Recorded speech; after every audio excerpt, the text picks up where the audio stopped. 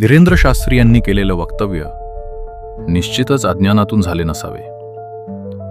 फडणवीस साहेबांच्या भाषेत सांगायचे झाले तर असे सांगता येईल की साधू मुनी काही वेगळ्या आशाने संदर्भ देत असतात. त्यांच्या वक्तव्याला चुकीच्या अर्थाने घेऊ नये असेच असेल.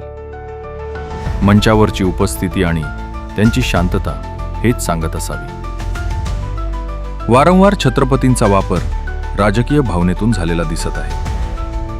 मग ते मोदीची तुलना छत्रपती शिवरायांची करणेही असेल आणि हल्लीच धीरेंद्र शास्त्री यांनी केलेली छेडछाड असेल.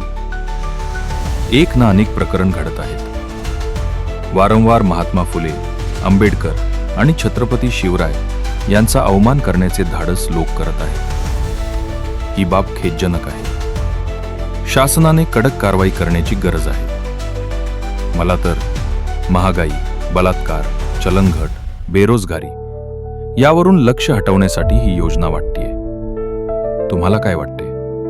कमेंट करून सांगा.